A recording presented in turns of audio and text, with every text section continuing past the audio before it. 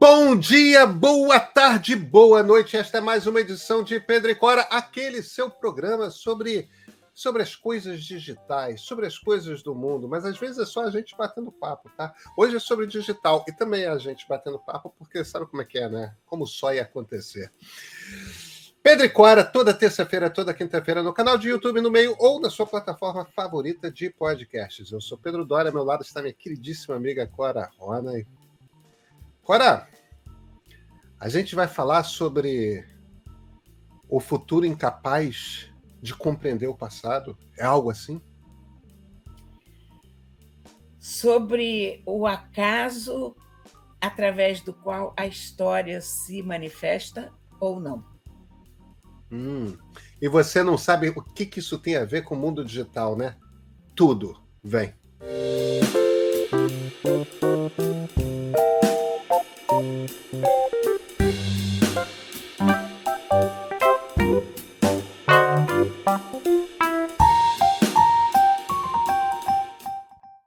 Cora Rona, você anda preocupada com o fim da internet?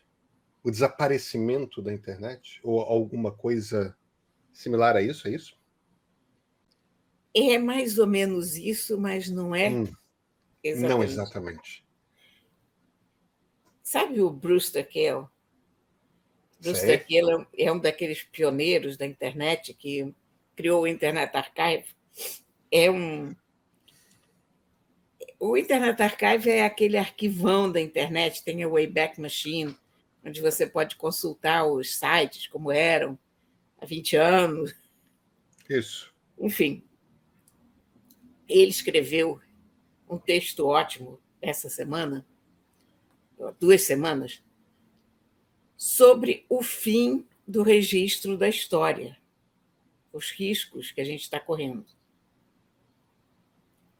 São reais, porque o que ele diz é que, mesmo com todo o Internet Archive, com tudo que se faz para guardar uma coisa aqui ou ali. Eu acho que é importante a gente dar uma explicada. Muitos dos que nos acompanham devem conhecer o Internet Archive, mas é um site que tenta fazer cópias. Todo dia ele está passando por páginas movimentadas e tudo mais, e fazendo cópias de páginas da web.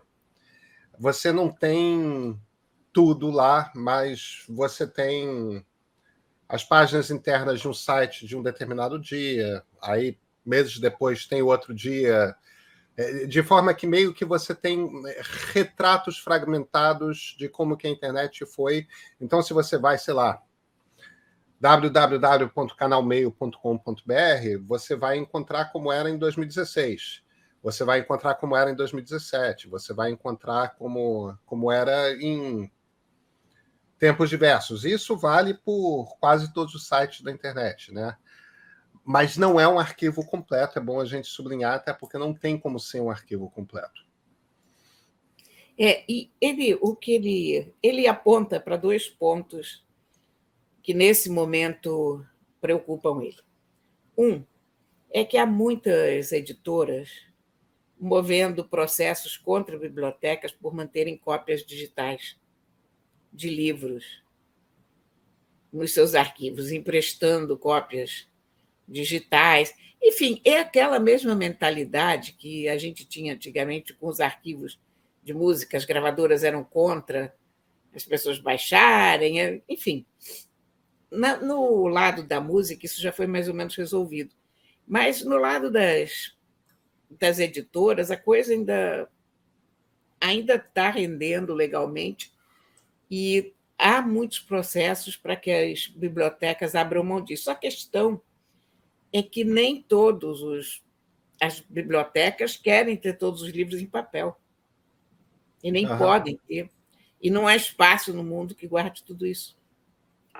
A outra coisa que ele observa é a questão do Twitter, porque o Twitter virou uma ferramenta de trabalho de políticos, ou seja,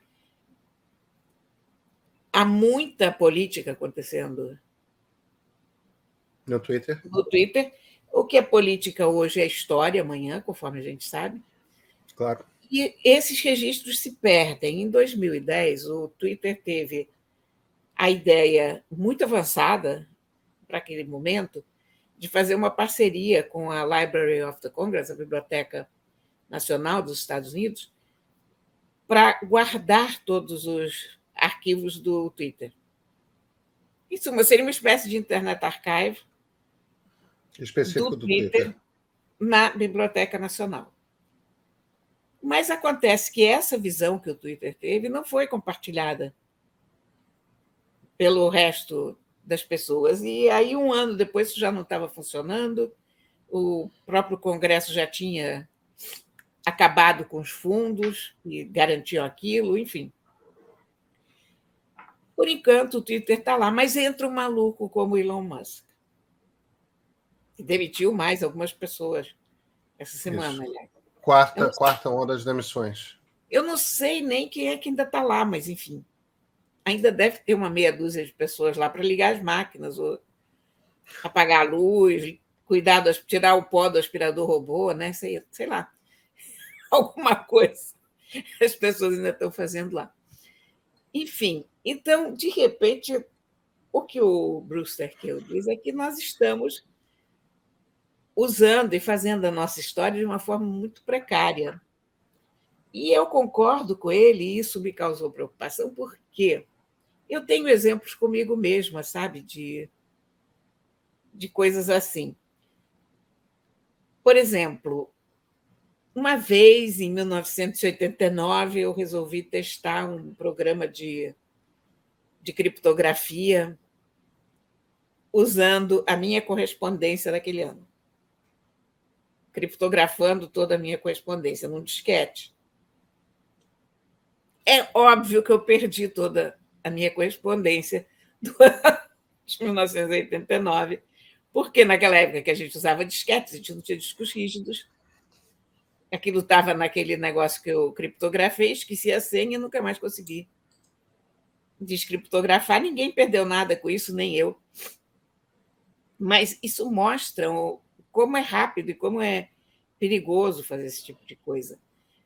Eu tenho uns 5 ou 6 discos rígidos aqui na minha casa, onde eu sei que existem fotos minhas de anos e anos passados, antes de existir a nuvem, e eu sempre penso, um dia eu vou pegar esses discos e vou juntar essas fotos todas, porque você vai mudando de disco rígido, porque você precisa de um disco maior, mas nem sempre você consegue passar tudo para o disco maior. Então, tem uns 5 ou 6 discos em que eu tenho que passar uma peneira. Olha, qualquer pessoa que tivesse álbuns de fotografia, como eu mesma tive durante muitos anos, estaria mais bem garantido em relação às imagens antigas do que eu estou nesse momento. Porque sabe quando é que eu vou pegar esses discos para olhar essas fotos? Nunca. Eu não jogo os discos fora, porque, né? Eu acho que um dia, talvez, quem sabe, mas eu sei que um dia, talvez, quem sabe, eu não vou fazer. Agora, esses discos eles estão num case que basta ligar. Não, são de PC, esse negócio de case isso já era uma coisa muito posterior, porque né? Não é complicado você comprar um case e botar o disco lá, né, Cora? Eu sei, mas eu lá tenho saco para fazer isso. Porque eu tenho 2 histórias com isso, Cora. A primeira história é jornalística e a segunda história é pessoal. A história pessoal é a mais grave. Eu tive um pau de HD que eu perdi 6 meses de fotografias da Laura, minha primeira filha, fotos digitais, primeiríssimas câmeras digitais, câmera de 2 megapixels, 1,5 megapixel. Não, já era de 2 megapixels. É quando as câmeras digitais começaram a se popularizar. Eu até tive uma câmera de 1 megapixel, mas não era séria. Elas começaram a ficar sérias com 2 megapixels. Enfim, todas as fotos que eu tirava eram digitais, porque afinal de contas podia tirar muita foto, mas você guardava aquilo em arquivo, né, em folder, em diretório. Não tinha programa de guardar foto. Não. E eu perdi. Deu pau no HD. perdi 6 meses do primeiro ano da minha filha de fotos. De certa forma, não é uma coisa assim tão grave, isso foi em 2002, tem muito tempo, porque, afinal de contas, ainda assim, daquele primeiro ano, ela tem muito mais fotos do que eu tenho da minha infância inteira. Ainda assim, é uma perda. E eu nunca mais. Quando apareceu o Google Photos, eu imediatamente paguei pelo serviço, eu peguei todas as mídias que eu tinha foto, todos os troços, e fiquei um mês diligentemente fazendo upload do tipo, eu não vou perder foto, eu não vou perder registro. Qual é uma coisa que me segura muito em relação a isso? Quer dizer, não é que me segura, é porque me falta disposição de pegar esses discos, porque essa altura são fotos de 640 por 480, de 1,2 MB. E outra, quantas vezes você vê essas fotos? Cora, mas deixa eu te falar uma coisa. No meu iPad e no meu iPhone, eu tenho o widget do Google Photos. Eu tenho na minha frente um Echo Show, que tem um slideshow. Os screensavers do meu computador de mesa são screensavers de slideshow. Nos slideshows, eu não tenho como integrar com o Google Photos, nem no da Amazon, nem do computador. Agora, o widget no meu celular e no meu iPad são o algoritmo do Google que vai lá e encontra. Hoje, no meu Google Photos, cara, eu tenho coisa de... Eu escaneei foto da minha infância. Escaneei. Não foi fotografia de foto, não. Eu não escaneei tudo, eu vou escaneando muito aos poucos, porque são fotos dos anos 70, início dos anos 80, e essas fotos evidentemente vão desaparecer. É muito engraçado, porque aí a gente já conversou sobre isso, eu pego fotos do meu pai dos anos 60, do meu pai dos anos 50, anos 40, dos meus avós, tá tudo ali, impecável, impecável, tudo PB, impecáveis as fotos. Não tem nada perdido. Você falou que você tinha uma outra experiência. A minha outra experiência, que é jornalística, é com os 2 sites iniciais nos quais eu trabalhei, dos quais você vai lembrar, talvez alguns dos nossos espectadores saibam do que se tratam, que são primeiro No Ponto e depois o No Mínimo. Que eram ótimos, Que foram sites muito importantes do início da internet comercial no Brasil, que eram montados. Eu já não era foca, mas eu era jovem o suficiente para estar ali aprendendo. Apenas aprendendo. Me pagavam para aprender. Eu produzia coisas, mas evidentemente era coisa de jovem jornalista. Enfim, isso tem 20 anos também. E era um site que fez história, de certa forma, na internet brasileira, porque quem se juntou para montar aquele site foi a turma que mandava no Jornal do Brasil nos anos 80 e início dos anos 90, né? Era uma equipe absolutamente formidável de jornalistas. Era uma equipe do sonho. Eu acho que nunca se montou uma equipe de jornalistas com a quantidade de jornalistas sênior, experiente, bom demais, num único veículo de internet no Brasil. Aquilo aconteceu no Ponto e nunca mais. Enfim. Cora, não tem arquivo. Não tem arquivo. Tudo que se publicou em 5 anos de No Ponto e No Mínimo, ali entre 2000 e 2004, 2005, desapareceu. Gente, isso é um pecado, né? Tem algumas coisas que você encontra no Internet Archive. Você vê, eu tinha uma coluna diária no Ponto, e no Mínimo já era um blog. Foi a partir de 2002, eu já falei, eu não quero fazer coluna, eu quero fazer um blog. O que é blog? O blog se chamava weblog, de tão nova que era a palavra. Mas Tem uns 3 posts, 4 posts do blog, no mínimo, e tem 2 edições da coluna no Internet Archive. É só o que existe do que eu produzi ao longo de 4, 5 anos jornalisticamente. Eu me lembrei de uma outra coisa. Quando a web começou, quando eu comecei a ter acesso à web, eu comecei a ver como as páginas eram diferentes uma da outra, e eu comecei a fazer print screen daquelas páginas. Num desses discos rígidos, tem anos de print screen das primeiras páginas da web, porque depois eu comecei a perceber que aquilo era importante guardar, porque elas estavam mudando muito rápido. E eu queria guardar aquelas páginas. Então, tem isso. Cora, você tem que entrar nesses discos. Em algum lugar. Olha, então, a gente está contando coisas... No teu caso, é uma coisa histórica, porque realmente havia boa história ali no ponto, no mínimo, né? Quer dizer, isso realmente é uma perda cultural. Nós perdemos com isso. Aqui no registro. E, Cora, eu te digo uma coisa, não tanto pelas coisas que eu produzia, porque elas eram certamente de baixa relevância, até pelo jornalista que eu era, muito jovem, tudo mais, tal. Agora, Marcos da Correia, as últimas coisas que o Vilas Boas Correia escreveu, Tuti Vasquez começando a blogar, entendeu? Que era um cara que era um humorista super importante da imprensa.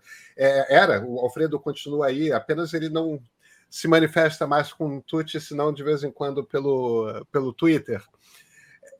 Pelo menos é onde eu vejo ele muito de vez em quando aparecendo.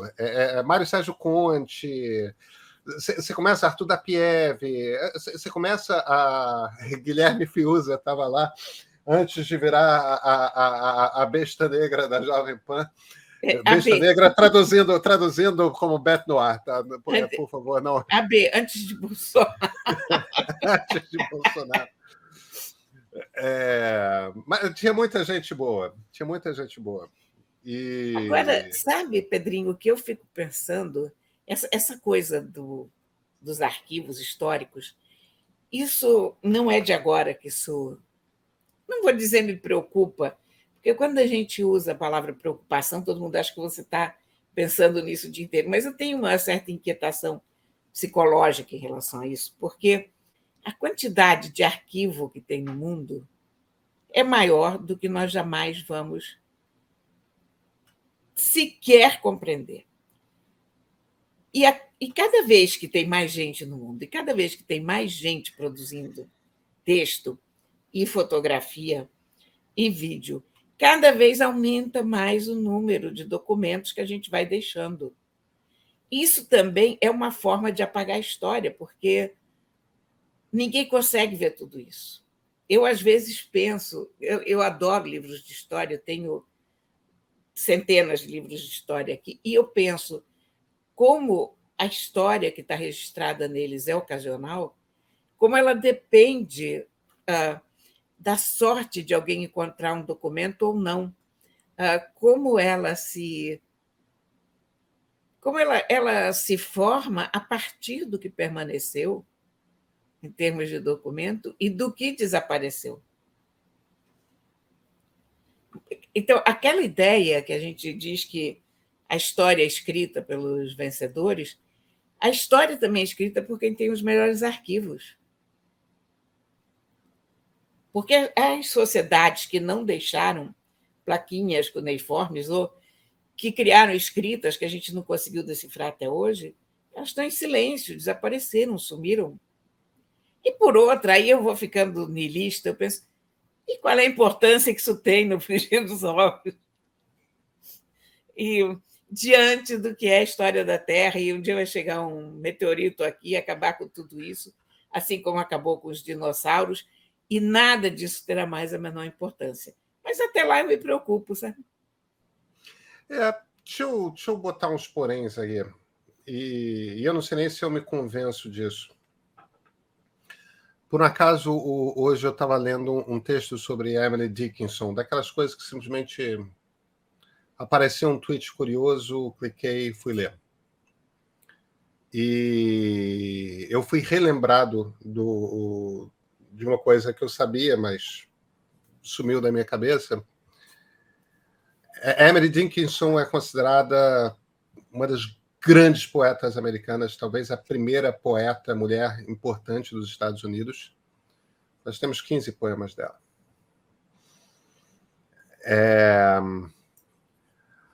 Eu lembro um dos primeiros chefes que eu tive no jornalismo, o Vitor Schneider.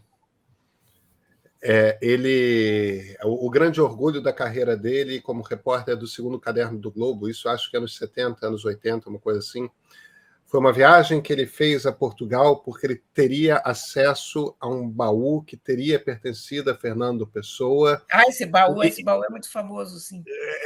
Pois é. E o Vitor, foi o furo da vida do Vitor e tinha 3 cartas. Eu não lembro exatamente o que era, mas tinha 3 cartas inéditas do Pessoa. Não sei se tinha poesia, talvez tivesse, mas era... Toda a obra do Pessoa ficou nesse baú. Não. Era outra coisa. Não é... Ele não... Enfim, talvez fosse esse baú... As pessoas conheciam os 3 heterônimos e os poemas e tudo mais, mas tinha coisa que era inédita do Pessoa e ele conseguiu descobrir 1, 2, 3 cartas. Eu não lembro os detalhes da história, mas o que eu estou querendo dizer é trabalho de biógrafo, né? Getúlio Vargas é espetacular porque escrevia um diário. Aí você vai lá e tem 3 parágrafos num dia, pula 2 semanas, 2 frases. E ele é um cara que é um presidente que deixou uma quantidade imensa de coisa porque tinha um diário. As pessoas escrevem biografias. Quantas biografias tem dos pais fundadores dos Estados Unidos?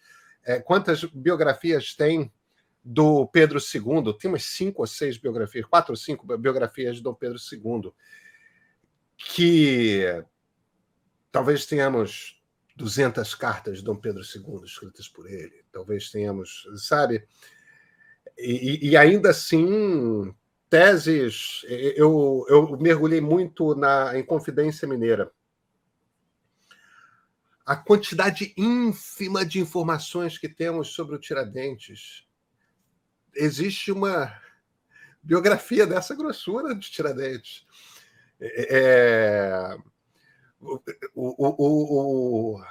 O Kenneth Maxwell revolucionou a leitura nos anos 70, a leitura de o que tinha acontecido na Inconfidência, por ter percebido informações nas entrelinhas dos autos da Inconfidência, nos arquivos do processo, né? De como ele percebeu coisas que nenhum brasileiro tinha percebido, um historiador inglês. Mais recentemente, outro historiador, lendo os mesmos textos, teve várias outras sacadas. No fim das contas, o que eu estou querendo tentar explicar é o seguinte: o que a gente tem sobre a Inconfidência Mineira, que é realmente uma das coisas mais importantes, talvez tenha sido a coisa mais importante que aconteceu no Brasil no século XVIII, são os autos do processo, aí meia dúzia de cartas do Tomás Antônio Gonzaga, meia dúzia de cartas do Tiradentes, meia dúzia de cartas do Cláudio Manuel da Costa, meia dúzia de... Tem muito pouca coisa. E o problema dos autos da Inconfidência é que está todo mundo ali prestando um depoimento tentando se salvar da forca. Então está todo mundo mentindo. Entendeu? Também costuma acontecer com a história. Claro, né? Aí você tem que ver. Mas as acusações, de repente, as acusações que fazem aos outros devem ser verdade. Você vai tentando cruzar. E é assim que você... Né? Então, a gente tem muito mais informação hoje. A gente está deixando um rastro de informação muito maior. É claro que 90% do rastro digital que a gente vai deixar talvez se perca. Pessoas mais cuidadosas como eu e você, pós-nuvem, talvez não.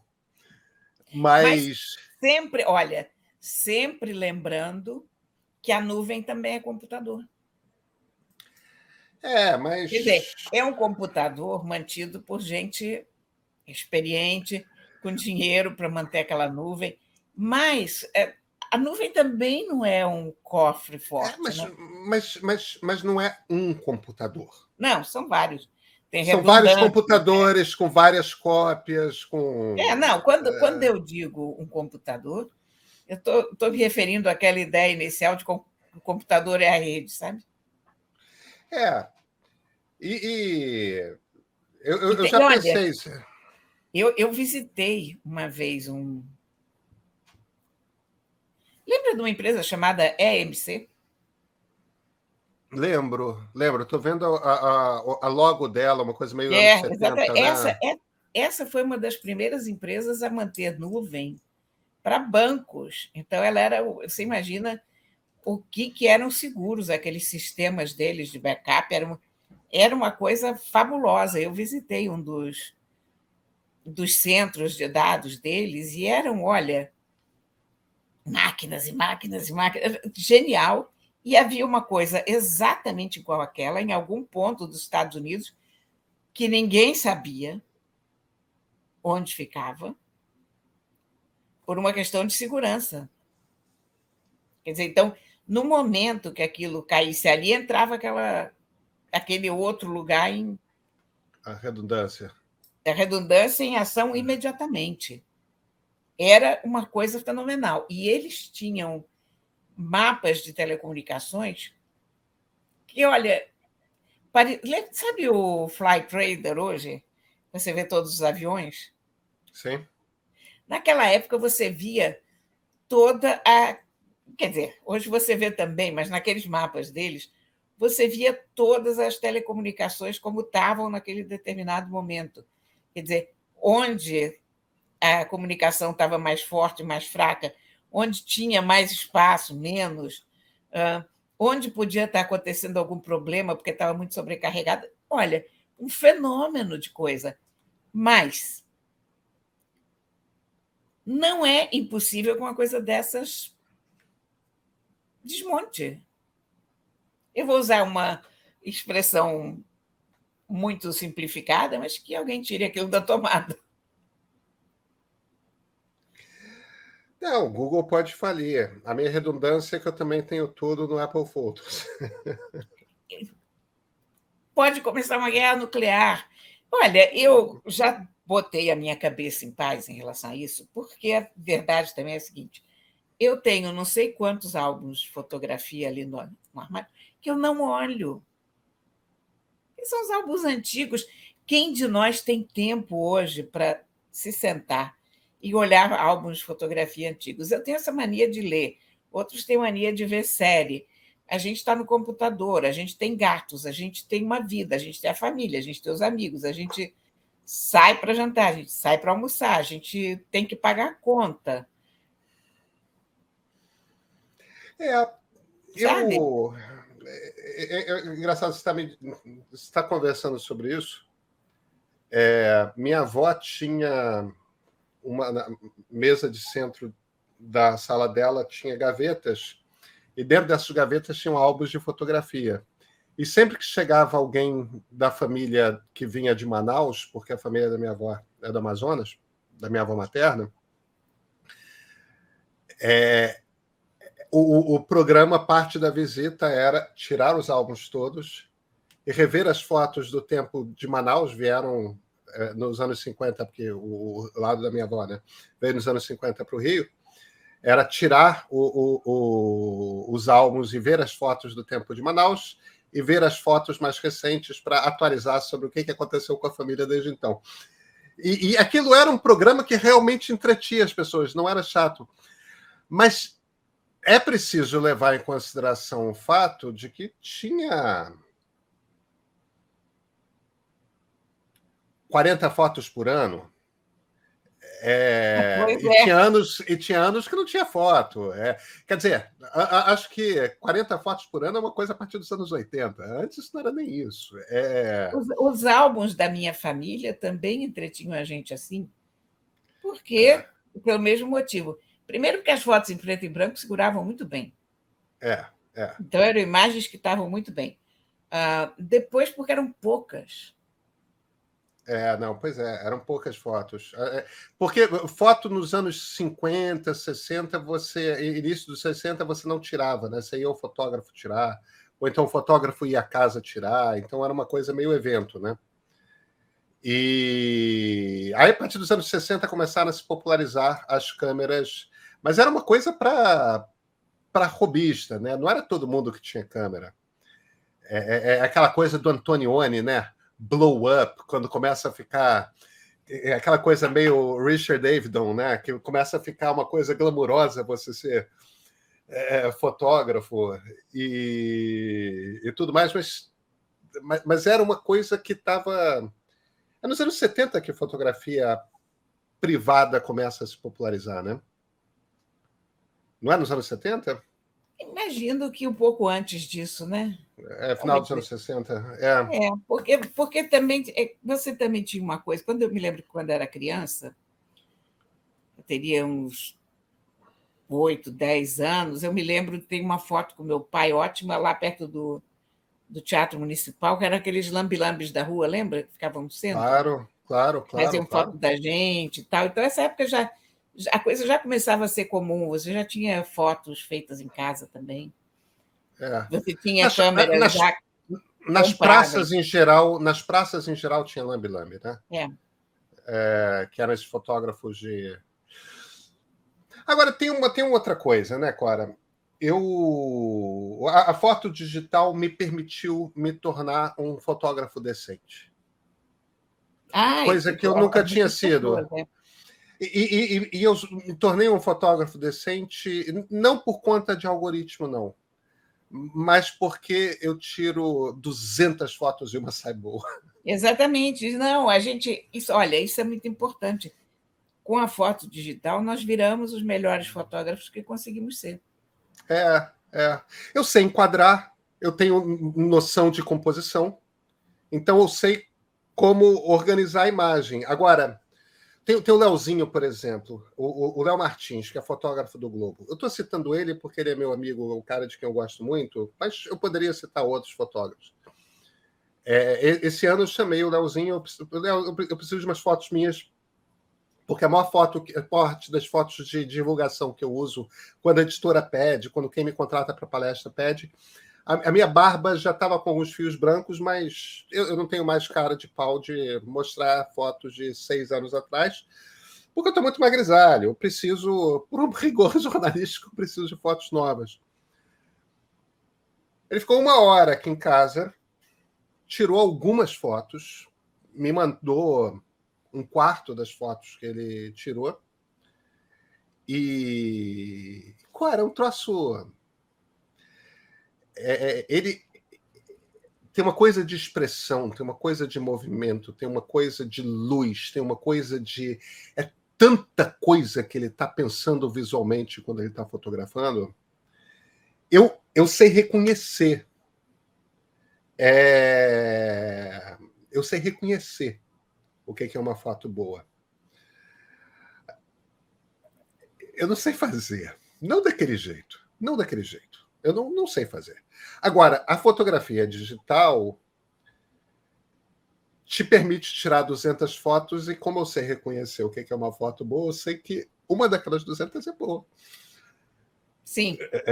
Então... Porque antigamente todo mundo ficava preso pelo filme, porque o filme era muito caro, você tinha que mandar revelar e tudo, enfim, custava muito dinheiro. Você não conseguia fotografar nessa quantidade que você fotografa hoje. Então a gente fatalmente ficava limitado. Mas, por outro lado, também a gente está produzindo uma quantidade de documentos. Eu não falo só em foto, agora já não, estou falando em relação a tudo, textos e blogs e posts em redes sociais. Olha, o que a gente está criando de documentação do mundo, né? É uma doideira. Você vê os TikToks, não acontece mais nada praticamente no mundo que não seja filmado, que não tem uma câmera na rua que não filme, um vizinho. Tanto que quando você lê uma notícia hoje dessas que, sei lá, fulano levou um tiro, alguém matou outro, você diz, cadê o vídeo? E quando não tem vídeo, você acha que está faltando alguma coisa fundamental, isso não existia, né? Então, me preocupa um pouco tudo, sabe? Me preocupa a questão da armazenagem. Não há onde pôr tudo isso, quer dizer, por mais que a gente queira, isso ocupa espaço, isso custa dinheiro, porque, em última instância, custa dinheiro você manter uma nuvem. Nuvem não é de graça. Os recursos não são infinitos. Estão cada vez mais baratos, mas infinitos eles não são. Por outro lado, é mais fácil pesquisar em arquivos digitais do que jamais foi com arquivos em papel, do que em arquivos físicos. Seja foto, seja livro, né? O que for, você digita uma palavra, aparece lá. Então, isso facilita. Por outro lado, a história está se escrevendo de uma forma precária, porque presidentes da República, políticos, antigamente se manifestavam através de cartas, de papel por escrito, de discurso, de comunicados à nação. Hoje vão para o Twitter. E aí, de repente, o Twitter acaba, e com o Twitter acaba a história recente de todos os países. Eu tenho... Eu reitero que eu tenho dúvidas a respeito da tese, porque eu tenho a impressão de que ainda assim a gente vai ter muito mais do que a gente jamais teve no passado. Sim, e ainda assim a gente foi capaz de escrever a história do passado. É claro que... E isso é uma coisa da qual eu tenho muita consciência, porque sendo alguém que escreve livros de história, eu sei qual é a diferença entre escrever um livro que se passa no século XVI, como eu já escrevi, e eu sei como é escrever um livro que se passa no século XX, que eu já escrevi.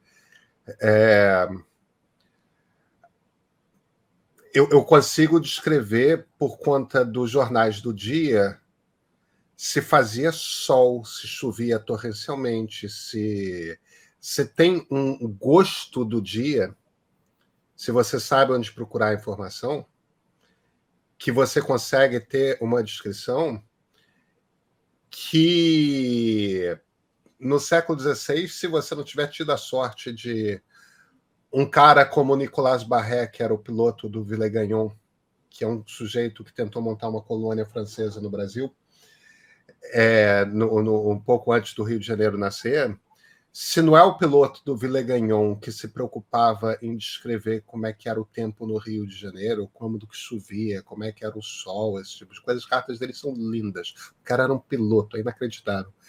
Ele não era um cara que era percebido como alguém importante na frota.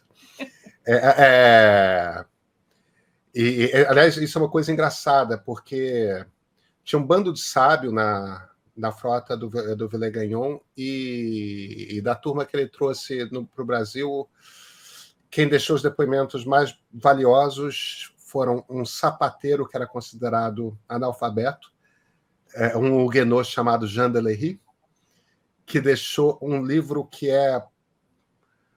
ele é considerado por muita gente, inclusive pelo Lévi-Strauss, como o fundador da antropologia brasileira, porque é o melhor depoimento sobre como viviam os tupis, escrito no século XVI. O cara era sapateiro. Sensacional isso, né? Era sapateiro. E no entanto, com uma e protestante, que era aquela turma que se vestia de preto, aqueles protestantes franceses do século XVI, né? E, no entanto, ele tinha uma generosidade para olhar para os indígenas e simplesmente descrever o que ele via. Ele não punha o julgamento dele na coisa, ele simplesmente se esforçava para entender o que os indígenas estavam entendendo. Ele aprendeu em Engatu, né, Tupi. E, enfim,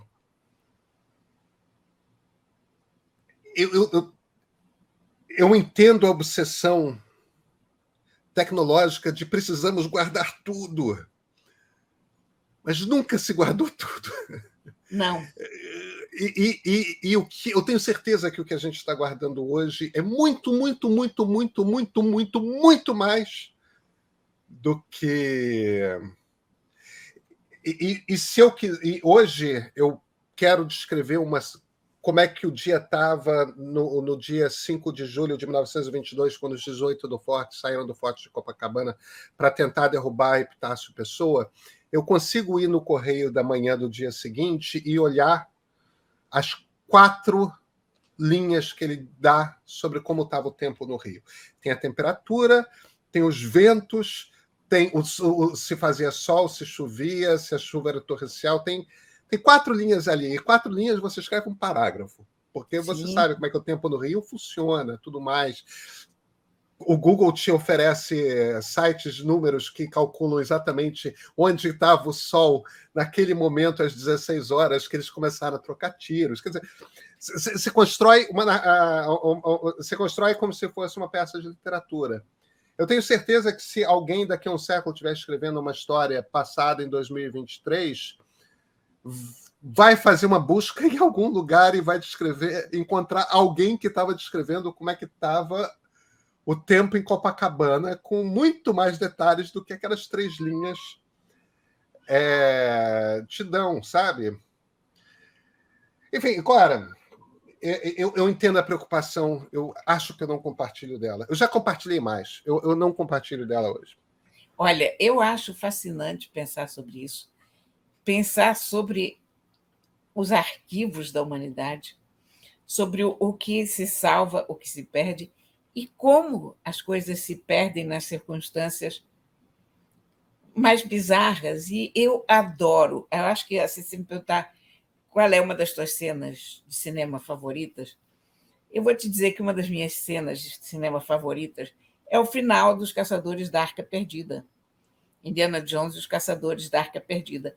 Que é quando você vê aquela arca dentro de um desses gigantescos depósitos do governo, cheios de caixas de arquivo morto, e mais caixas de arquivo morto, e mais caixas de arquivo morto. E aí vem uma daquelas empilhadeiras, pega a caixa e pum, bota ali no meio do arquivo morto. E ali, com certeza, você tem a certeza mais absoluta que aquilo nunca mais vai ser encontrado, porque nunca vai ser, né? Porque nunca vai ser.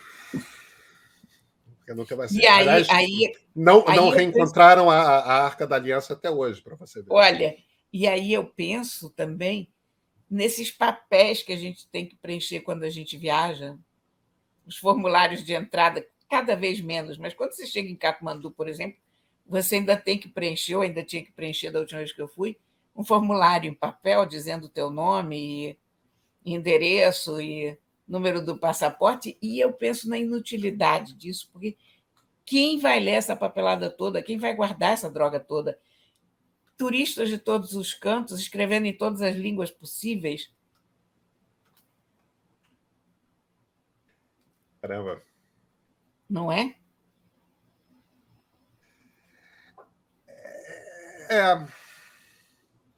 Cara, e por falar em os arquivos da humanidade, me parece que você tem um livro aí atrás de você. Tenho. Um número grande. E quer saber uma coisa? Por acaso, ele se casa muito bem com isso tudo que a gente está conversando.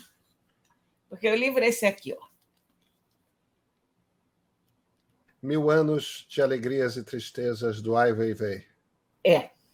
É Ai Weiwei, na verdade, né? Ai Weiwei, é. Ai Weiwei. Isso. Esse O que título, é esse livro? são as memórias dele. O título dessas memórias é um verso de um dos poemas do pai dele, que era um grande poeta chinês. Esse poeta, pai dele, uma vez, olhando umas ruínas na Rota da Seda, escreve um poema sobre essas ruínas e diz que de 1000 anos de alegrias e tristezas não ficou um traço. Então, você vê que tem a ver com isso, né? Olha, eu sou muito fã do Ai Weiwei. Eu não sei, eu não sei o suficiente sobre Ai Weiwei. Me dá um crash course de Ai Weiwei. Te dou um crash course do Ai Weiwei. Ai Weiwei eu acho que é o maior artista. Chinês. Não é só chinês, eu acho que ele, dentro de um conceito de artista político e dissidente e homem que se destaca como consciência do mundo, ele talvez seja uma das pessoas mais importantes do mundo hoje, independentemente de China, Ocidente ou do que for.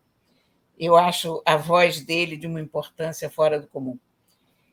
Ele não é um artista no sentido tradicional de que tela maravilhosa, ou que escultura. Não, o trabalho do Ai Weiwei são formas de fazer você pensar sobre o mundo contemporâneo e de não concordar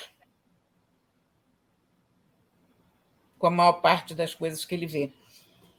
Eu sou super admiradora dele, sabe? Ele tem uma história muito atribulada. O pai dele era esse grande poeta, e, na época do Mao, evidentemente, o pai dele foi mandado lá para Caixa Prego, para uma parte da China que faz fronteira com a Sibéria, geograficamente muito parecida com a Sibéria. Ele era uma criança de 10 anos, ele foi junto com o pai e com o irmão mais velho. A mãe e o irmão mais novo não encararam, voltaram para Pequim, e a vida deles virou um inferno naquele lugar, porque você imagina, o pai era esse intelectual, era um poeta, um professor. Ele vinha de uma família dona de terras, então ele era tudo que o regime odiava. Então, esse homem é posto para fazer o quê? Primeiro, para podar as árvores. E aí ele começa a podar aquelas árvores como ninguém, e com gosto e tal. E quando eles percebem que ele está gostando daquilo, botam ele para limpar as privadas. Então, você pega um cérebro absolutamente privilegiado, que era esse pai do Ai Weiwei, um homem de sensibilidade, então aquele cara passa dia e noite, durante anos, limpando as privadas, porque ele é considerado um sujeito perigosíssimo de direita e tal. E o Ai Weiwei repete, de uma certa forma, a sina do pai, porque ele também é um dissidente. Então, ele, em 2005, ele foi um dos caras que primeiro descobriu a internet como forma de comunicação. Ele começou um blog em 2005.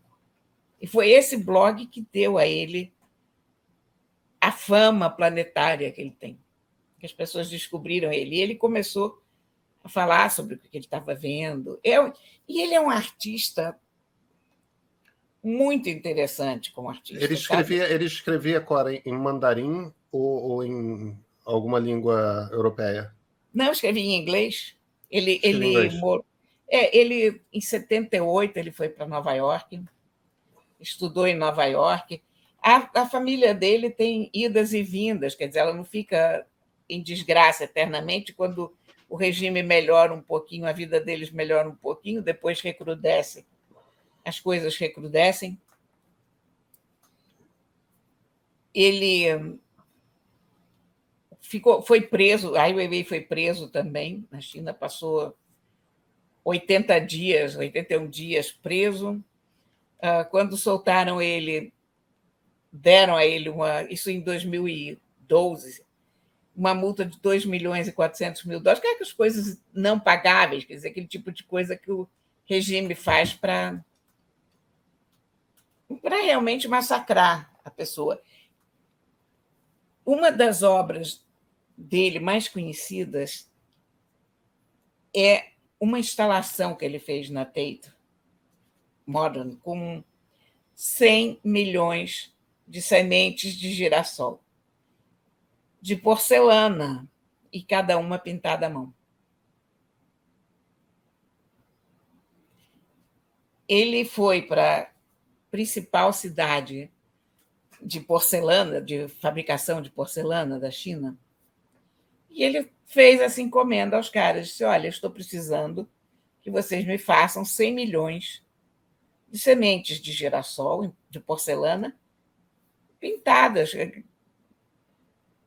uma por uma. É claro, pois não. E você chegava nessa instalação e você via aquele monte de semente de girassol, e aquilo te impactava por vários motivos. Você pensava, mas para que isso? E quanto trabalho embutido nisso? E, por outro lado, se você não desse trabalho para as pessoas, do que as pessoas viveriam? É uma consideração enorme sobre a sociedade de consumo, sobre a indústria, sobre o trabalho de massa, sobre o consumo de massa, sobre a exploração das pessoas. O que você quiser embutir naquela exposição das sementes de girassol, você pode embutir. E eu, aliás, eu até tenho uma coisa aqui que eu tenho na minha casa, desde aquela, um pouquinho depois daquela época, eu tenho essa caixinha, e nessa caixinha eu tenho 20 sementes de girassol. De porcelana? De porcelana. Cada uma diferente da outra, todas pintadas à mão, uma por uma. Quer dizer, olha, ele pegou jarros da dinastia Han, pintou com o logo da Coca-Cola. São as coisas de mais impacto que ele fez. Que a pessoa diz, mas isso não é arte. Mas é uma forma de usar a arte para botar as pessoas para pensar. Ele fez uma instalação extraordinária sobre os imigrantes, sobre os refugiados. Olha, eu nem sei te dizer tudo, mas a persona do Ai Weiwei é muito importante. Inclusive, ele faz umas reflexões aqui sobre a história, sobre o uso da internet, sobre a liberdade, sobre o indivíduo em relação ao Estado, tudo através da vida dele. Mas ele conta que, quando ele era criança, quando o pai dele era criança, as ordens do Mao Tse-tung vinham todos os dias pelo telégrafo e eram lidas. Então, todo mundo tinha que parar para ouvir aquilo, em todas as escolas, para você saber como é que o dia tinha acontecido e o que seria o dia seguinte. Você tinha que ouvir o que o Mao Tse-tung estava dizendo. E ele compara isso com os tweets do Trump. E eu achei perfeita essa comparação, porque era isso mesmo. Era. Olha, e ele sabe contar uma história. É um baita livro, sabe? Tá? Isso aqui, a capa é dele, inclusive, as ilustrações são dele também. Está aqui, ó. É um homem muito importante, uma voz muito importante. Eu fiquei curiosíssimo. Eu realmente nunca tinha parado para prestar atenção, para ler e tal. Um buraco de curiosidade minha e certamente uma falta grave. Eu vou correr atrás. Siga ele no Instagram, por exemplo. Ele tem um Instagram interessantíssimo. Ah, que legal. Vou fazer isso. Vou fazer isso assim que acabar a nossa gravação aqui. Cora, a gente se vê na quinta, né? Com certeza. Então, até quinta-feira.